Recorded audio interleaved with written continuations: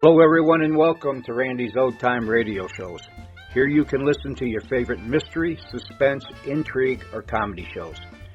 You'll also find shows you thought were lost to time and shows you never even heard of. You just might find a new favorite. If you appreciate my efforts to bring you these shows, please consider leaving a comment, giving a thumbs up, and if you really enjoy these shows, please consider supporting the channel. Now sit back, close your eyes, and enjoy another old-time radio show. Wait a minute. Have you heard the strange tales of the Whistler?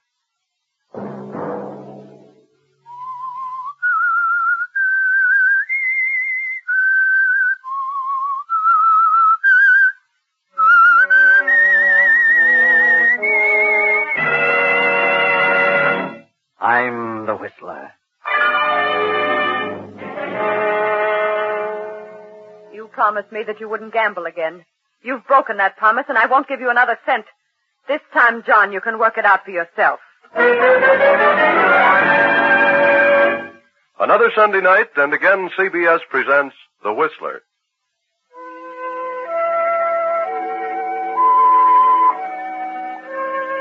I, the Whistler, know many things, for I walk by night. I know many strange tales, many secrets hidden in the hearts of men and women who have stepped into the shadows. And so I tell you tonight the amazing story of Avarice. John Abbott lives in a vast house on the outskirts of town. But it isn't John's house. It belongs to his wife. John has never had a penny he could honestly call his own. Then John has always been lucky. John Abbott is somewhat of a gambler who was fortunate enough to marry a wealthy young widow, Marcia Howard, wife of the late motor magnate Burton Howard. But John has pulled a few tricks bordering on the shady side of late, and Marcia has come to distrust him.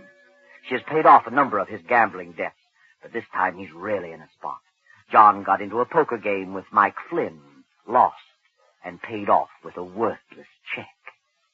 Hello, Mike. How are you? I haven't seen you since that big night last week. Where have you been keeping yourself? Where have you been keeping yourself? Well, my wife's been rather ill, you know. I've intended to get in to see you and the boys for some time. Did you try real hard, John? Try? Why? What do you mean? I kind of get an idea you were trying to avoid me. Oh, why should I? Would you have dropped in today if Muggsy hadn't tipped you off that I wanted to see you? Why, of course I would. In a pig's eye. I resent that, Mike. You do? Well, I resent this. What? This rubber check. You got a lot of nerve horning in on a game when you can't pay off. Why was it returned? Insufficient funds, according to the slip. Yeah, I can't understand that. Must be some mistake. There's no mistake, John. You didn't have $4,000 in that bank, and you know you didn't. I checked on it. Well, I'll take care of it. You've got nothing to worry about. Then fork over. I don't carry that much money on me. Then you'd better dig it up, John. Oh, I can't walk out and take it off a tree, you know. You know where to get it in a minute. Do I? Sure. Your wife is rolling in money. That's not as easy as you think. See, Marcia doesn't approve of gambling. Neither do I. When you can't back your bid. Well, I can get it. You've got to give me a little time. Take a few days. John, I'll give you till Saturday at noon to get me that money. Saturday? Well, that's almost impossible. This is Wednesday. How much time do you need? Well, I don't know, but I'll get it as soon as possible. Do you have to have cash? Not necessarily. I see. What do you have in mind, John? Why, nothing at the moment. Better think of something. Yes, I will. Oh, I'll get it. Any good security will do. I quite understand. But whatever it is, I'll expect it by noon Saturday. Otherwise, well, I could turn it over to the district attorney, or I could have a pal of mine take you for a little drive in the country some afternoon. Oh, I'll get it, Mike. I'll get it. I'll have something for you Saturday at noon. I don't know what it'll be, but I'll have it. That's fine, John. It's fine. I'll be expecting you. Thanks, Mike. Thanks for the extension. Sure. Always glad to help out a friend. Yes. Well, so long. So long, John.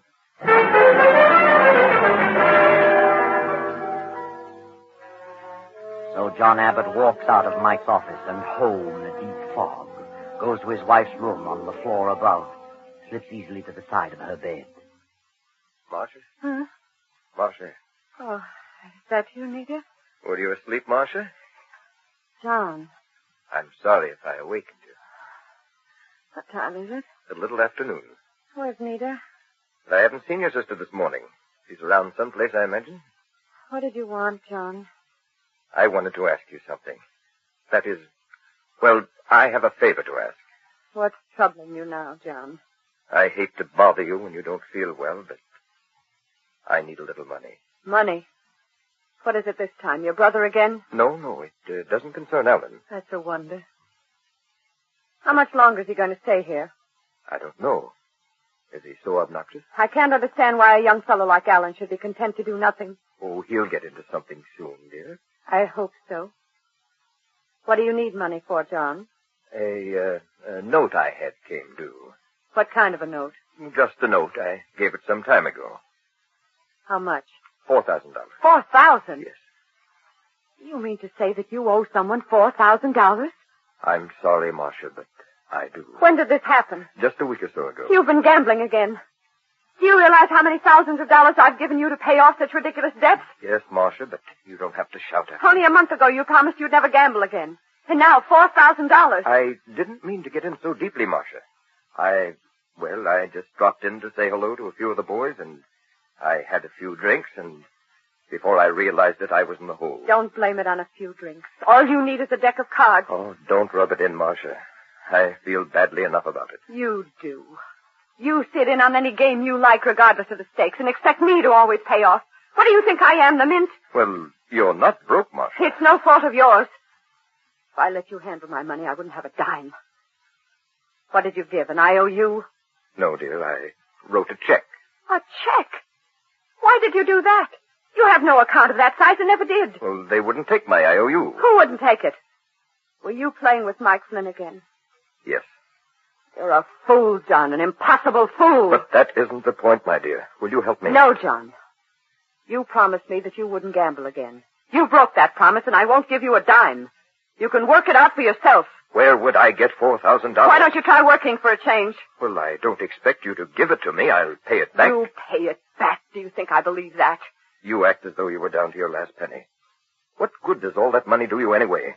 What good will it ever do you? More good than would ever do you. I might be able to get into some kind of business if I had enough capital. Business? You? Well, what's wrong with that? You talk as though I were a good-for-nothing loafer. You are. You and your brother. I'm sorry I didn't know that before I married you. And now your brother's hanging around here. And what for? Pretending to be in love with my sister. I don't like him, and you can tell him to leave. That's right. Get yourself excited over Have nothing. a good reason to be excited. You're not half as sick as you think. You have all the symptoms of a hypochondriac. Get out of here. Get out of this room. I'm going. And tell your brother that I... Marcia. Oh. Marcia. What's going on in here? What was Marcia yelling about? I don't know. She's fainted. She certainly can get worked up easily. You'd better call Dr. Manning. Very well. I'll call him from downstairs.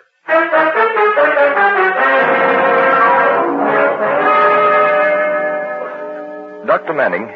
Yes, this is John Abbott. I wonder if you could come over here. Marcia has had another spell. Yes.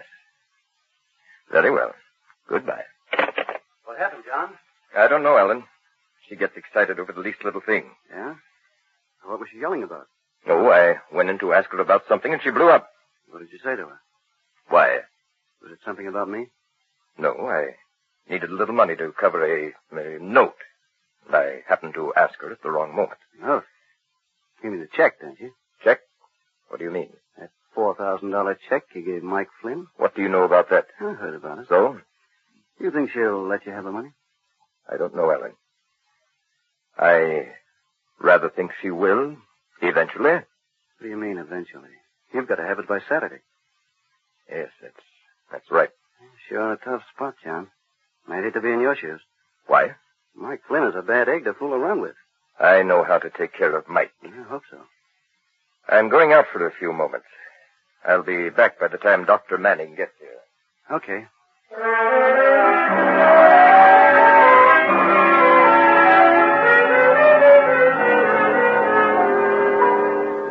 John goes out and walks around for a while, pondering over his predicament. Alan sprawls on the sofa and studies his own personal problem.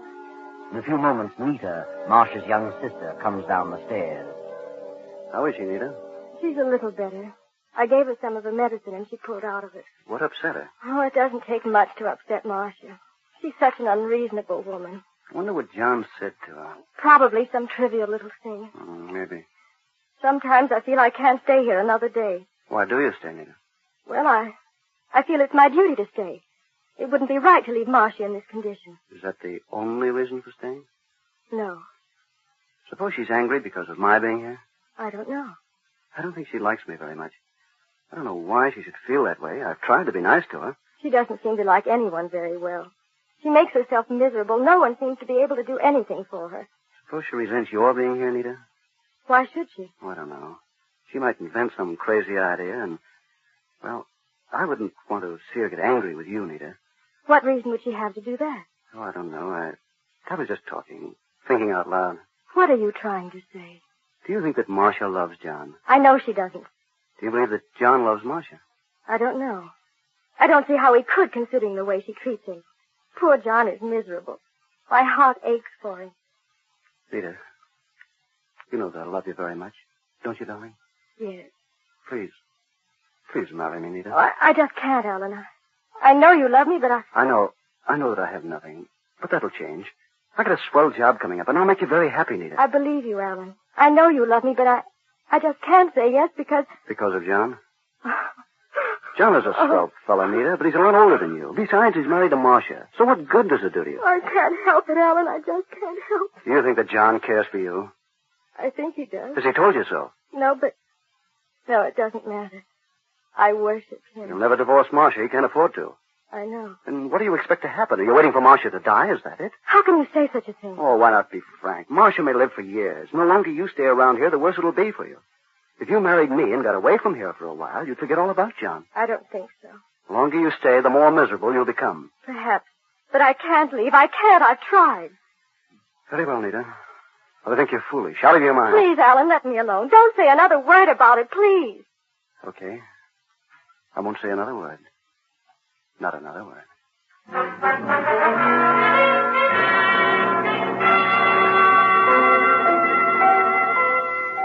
Dr. Manning visits Marcia. John returns to the house. And now the doctor has come downstairs and asks John, Alan, and Nita to join him in the library. I want to have a little talk with the three of you. Yes? About Marcia? That's right. How is she, Doctor? She's much worse than when I saw her last. Worse? Yes. She's suffered some emotional upset. She can't afford to do that. Her condition is very, very serious. I've warned you before about the result of the slightest argument. I don't know what occurred this morning, but I warn you that another such occurrence will cost her life. Is she that bad? I'm going to be frank with you, John. For her own good, I had to tell her the truth. I think I should tell you. The truth? I doubt if Marcia will live more than a year. What? Yes. On the other hand, if she suffers no further emotional stress, she may live 2 or 3 years. Poor Marcia. I didn't realize it was that serious. I'm sorry to have to tell you this, but I feel that you should know all the truth. It is quite a shock, Doctor, but I appreciate your letting me know. Yes, we all do. Of course. Well, I must run along now. I want to have a few words with your housekeeper, Mrs. Simmons, about Marcia's diet. Good day, Doctor, and thanks for coming over. It's really serious. I thought Marcia was more or less of a hypochondriac. I really did. Yes, so did I. Well, this puts a new light on the situation. What situation? Well, I'm sorry I caused Marcia to become upset. Yes. We must be very careful from now on about what we say to her. Yeah, that's right. Very careful. All of us.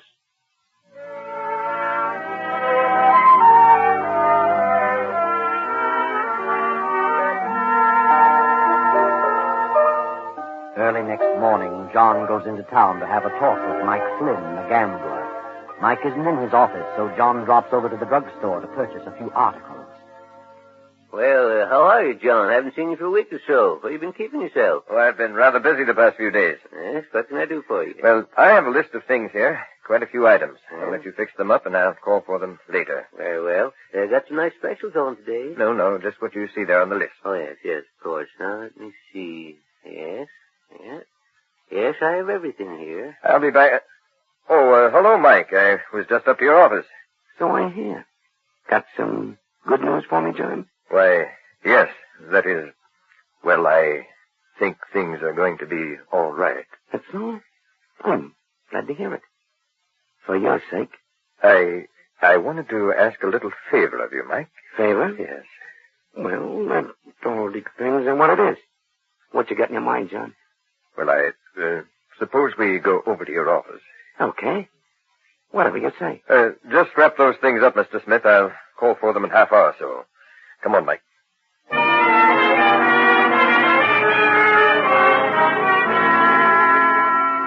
Then John returns home at noon. Now it is after 1, lunch is over, and John sits at the desk in the library, lost in deep meditation. The library door opens and Nita slips quietly to John's side. John? Oh, yes, Nita. I didn't hear you come in. I opened the door very quietly. I thought you might be taking a nap. No. I was just thinking things over. I know how you must feel, John. I've developed a bit of a headache. I didn't sleep a wink last night. I'm so sorry for you, John. May I rub your head? It might help a little. Oh, thanks, Nita. I'm all tied up in knots. Does that help? Oh, yes. Helps a lot. Sweet of you, Nita. You're an awfully nice girl. Thanks, John. Yes, the man who gets you for a wife is certainly going to be lucky. Think so? I know so. Are you really in love, Nita? Yes, John. I'm sure I am. And I hope it lasts. But with a girl like you, sweet and kind and gentle, it's bound to last. Yes? You know, Alan is a very good boy, but he's got to be handled carefully. He's quite a bit like me. I know my shortcomings, and Alan has the same. We were both raised with a silver spoon in our mouths. Then we were suddenly thrown out into the world on our own, and we just couldn't take it. I had nothing to offer anyone, so I just followed the line of least resistance. Have you, John? Alan is just like me, but fortunately he's young enough to be changed. He can learn new tricks. The right girl could help. And you are the right girl. Think so? Yes. You're as different from your sister as night from day. But I don't love Alan. But you just said you did. No, John, I didn't. I did say I was in love, but not with Alan. But he's mad about you, Nita. I know, he's nice, but I don't love him and never will. Well, then if you're in love, and it isn't Alan, then who is he? Don't you know? No. Oh, John. John. Nita. Nita. Oh, John, forgive me, but I can't help it. What do you mean? Don't you know, John? Look at me, Nita. Yes, John, I know it's despicable, but I can't help it. I love you. Well, of all things. Nita. I've loved you from the day we first met. But Nita, darling, what's ridiculous. You can't mean it. I do. I've tried to fight it, but I can't. I'm married to your sister. Marcia doesn't love you, not the way I do, and you don't love Marcia. How do you know that? I can tell, I know. Oh, you're miserable, John. Am I? Yes. Marcia has treated you terribly. How you've gone on this long, I'll never understand. But I love you. I'll always love you. Don't you care for me at all? Yes, Nita. I'll have to confess. I do. Oh, John. John, darling. Oh, it won't work. In the first place, I'm married to Marcia. In the second place, I'm older than you. In the third place, Yes? I'm in a spot. A very ticklish spot. I can't afford to, break off with Marcia. What do you mean? I owe a certain man $4,000. I must pay him by this coming Saturday, or I might go to jail. What? Oh, he couldn't do that. Yes, he could. And he might even take me for a ride. Kill you? Yes. Oh, John. Did you tell Marcia? That was the cause of her relapse. She refused? Absolutely. Well, that only proves she doesn't love you. She's mean and hateful. Sometimes I think she's insane. Do you? Maybe she is. You mustn't give up hope, John. You'll get the money. How? There'll be a way, John. There must be a way. We'll make a way. Make a way? What do you mean? I'm not sure, but we'll find it.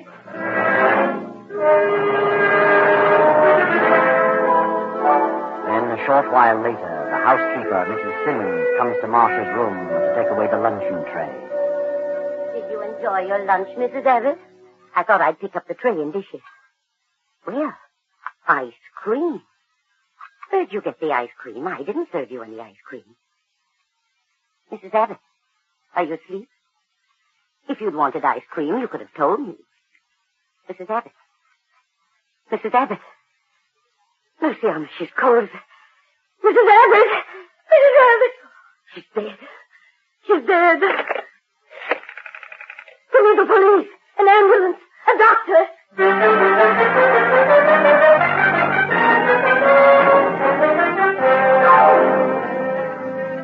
The police arrived. The ambulance arrived. But Marcia was dead. Quite dead. Why the police were called, only the housekeeper knew. But once the police arrived, they followed it through to an autopsy. Now the officers have returned to the Abbott residence. Captain Barnes is speaking. You're Mrs. Simmons, the housekeeper? Yes, that I am. Mm-hmm. And you're Nita, Mrs. Abbott's sister? Yes. And you? I'm Alan Abbott, John Abbott's brother. You live here? I'm visiting here. I see. Mrs. Simmons, you served lunch to Mrs. Abbott? I did. What did you serve? I served chicken soup, creamed carrots, toast and tea. And, ice cream? No, You didn't serve ice cream? I did not. Are you positive, Mrs. Simmons? I'm positive. You don't have to shout. I thought you didn't hear me. I heard you. Will you two step out of the room for a moment? I want to talk to the housekeeper alone. Of course, Captain. Certainly. Mrs. Simmons, how long have you been with Mrs. Abbott? You mean, how long have I worked here? That's right. Too long. Didn't you like it here? I don't want to talk about it. Didn't you like Mrs. Abbott? I certainly did. She was so good to me. I worshipped her. Poor thing, poor thing. You came here the day she married her first husband, didn't you? Yes, and they were so happy. It was very pleasant here then. You mean there came a time when things ceased to be pleasant? Yes, that's what I mean. When did things take on a change? After she married John Abbott. How long after she married Abbott did her health begin to fail? It was about a year. Did they quarrel often? Yes, quite a bit. What about? Well, about money. Mr. Abbott didn't have a cent when they were married. And he's never earned a cent nor done a day's work since. He was always gambling, always losing money. Her money. Then she got disgusted and clamped down on him. And shortly after that, she began to fail. Yes, and she changed completely. She became morose and cranky. You just can't realize what a change there was in her unless you knew her. How long has Alan Abbott been visiting here? Visiting? Mm-hmm. He's way past the visiting stage, the lazy loafer. Been living here over 6 months. How long has Nita been here? She came to live here over a year ago. Mrs. Abbott asked her to stay with her when she first took ill. And that was a big mistake. Mistake? To have her sister here? What do you mean? I'm talking too much. I don't want to get mixed up in this. I'm leaving this house at I'm once. afraid you're going to stay right here, Mrs. Simmons, until I tell you to go. You mean I'm arrested? We call it detained, until this is cleared up. What are you doing here anyway? Why are you snooping around asking so many questions? Why did you call the police when you found the body? I don't know. I was just excited. You didn't call the doctor. You called the police. What was in your mind to cause you to call the police instantly? I don't know. I really don't know. She's had bad attacks before, and you always call Dr. Manning. But this time you called us. Why? I don't know. Then I'll tell you, because you knew she'd been murdered. Murdered? I didn't. Then you must have suspected it. Who'd you suspect, her husband? No. Alan? No. Neither? I don't know what you're talking about. Then it must have been you who served the ice cream. I didn't serve ice cream. But it was served. And there was arsenic in it. Arsenic? Rat poison. Mrs. Abbott was murdered. I knew it. Her husband did it. No, she did it. Nita did it. Why? Because she was madly in love with John. She wanted Marcia out of the way. I knew she was a devil. Bring them all in, Marty. Nina, your sister was served ice cream at lunch in this dish.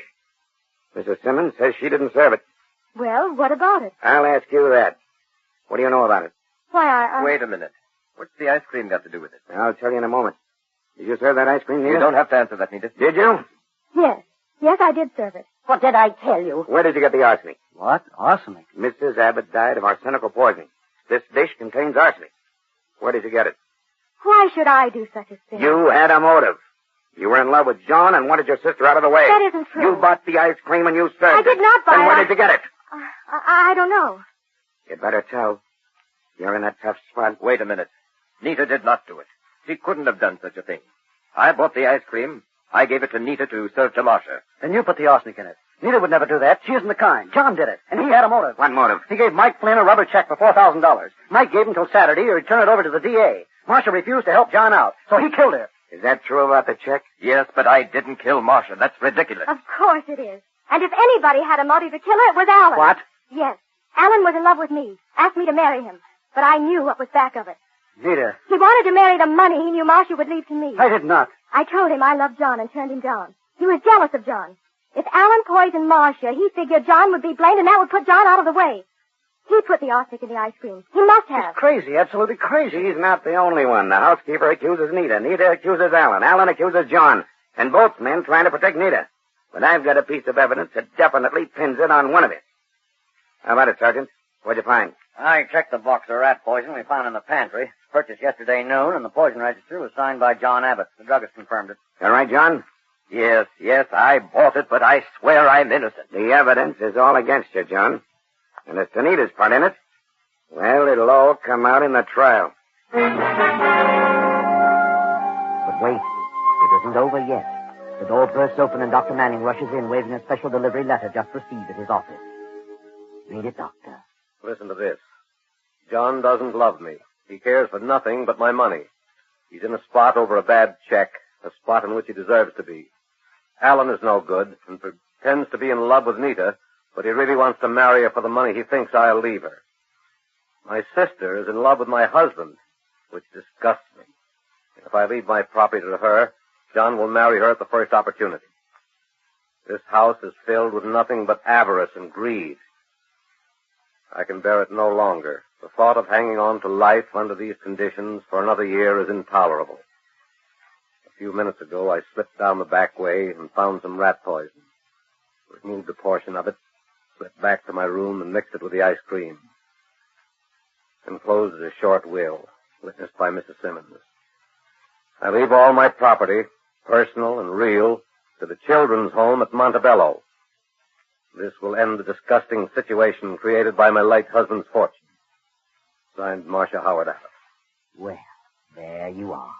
None of them killed Marcia, but they certainly had the motive. Now, all of them are left to face the world penniless.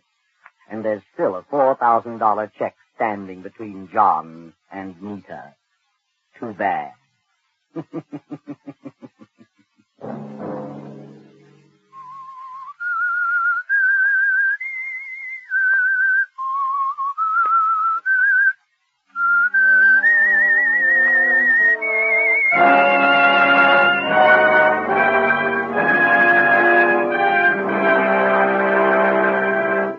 CBS has presented The Whistler.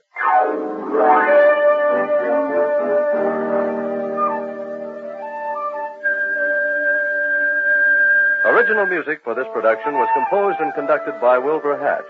The Whistler is written and directed by J. Donald Wilson and originates from Columbia Square in Hollywood. Next week, same time, I, the Whistler, will return to tell you another unusual tale. Good night.